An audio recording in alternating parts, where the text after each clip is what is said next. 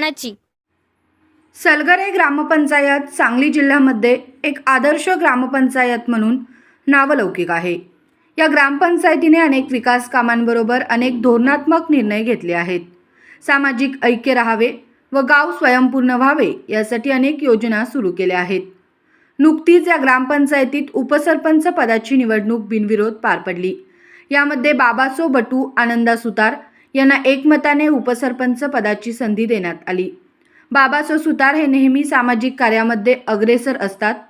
राज्यस्तरीय आदर्श सरपंच पुरस्कार विजेते तानाजीराव पाटील यांचे निकटवर्तीय आहेत.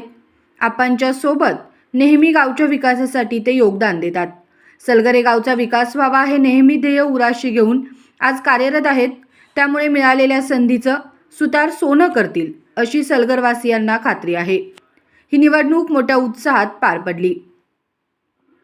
यावेळी सलगरे गावच्या लोकनियुक्त सरपंच जयश्रीताई पाटील, माजी उपसरपंच अक्काताई अजेटराव, माजी उपसरपंच रुपालीताई हारगे, ग्रामपंचायत सदस्या अनुराधा एकुंडे, माजी उपसरपंच रमेश चाळके, राज्यस्तरीय लोकनियुक्त आदर्श माजी सरपंच तानाजीराव पाटील, ग्रामपंचायत सदस्य अरुण कांबळे, माजी ग्रामपंचायत सदस्या वैशाली सुतार, ग्रामपंचायत अधिकारी SY भाते, सर्व ग्रामपंचायत कर्मचारी व इतर ग्रामस्थ उपस्थित होते.